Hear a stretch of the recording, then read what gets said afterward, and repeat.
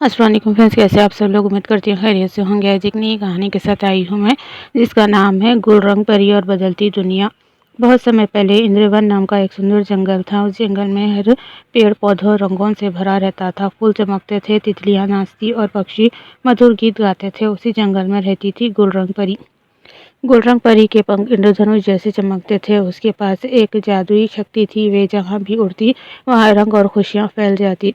एक दिन गुलरंग परी आसमान में उड़ रही थी, तभी उसने देखा कि जंगल के बाहर की दुनिया बदल रही है। पेड़ सूख रहे थे, नदियाँ गंदी हो गई थी और लोग जल्दी जल्दी में रहते थे। उन्हें प्रकृति की सुंदरता देखने का समय ही नहीं था। गुलरंग परी को ये देखकर बहुत दुख हुआ। उसने सोचा, अगर दुनिया से रंग और खुशियाँ खत्म हो गई तो सब कुछ उदास हो जाएगा। तभी उसे एक छोटा बच्चा मिला, जिसका नाम आरव था। आरव एक पेड़ के पास बैठा उदास था। गुलरंग परी ने पूछा, तुम इतने उदास क्यों हो? आरव बोला, पहले वहाँ यहाँ बहुत सारे पेड़ और फूल थे, अब सब कट गए हैं, इसीलिए यहाँ कोई तितली भी नहीं आती। गुलरंग परी ने मुस्कुराते हुए कहा, अगर हम चाहे तो दुनिया फिर से रंगों से भर सकती है।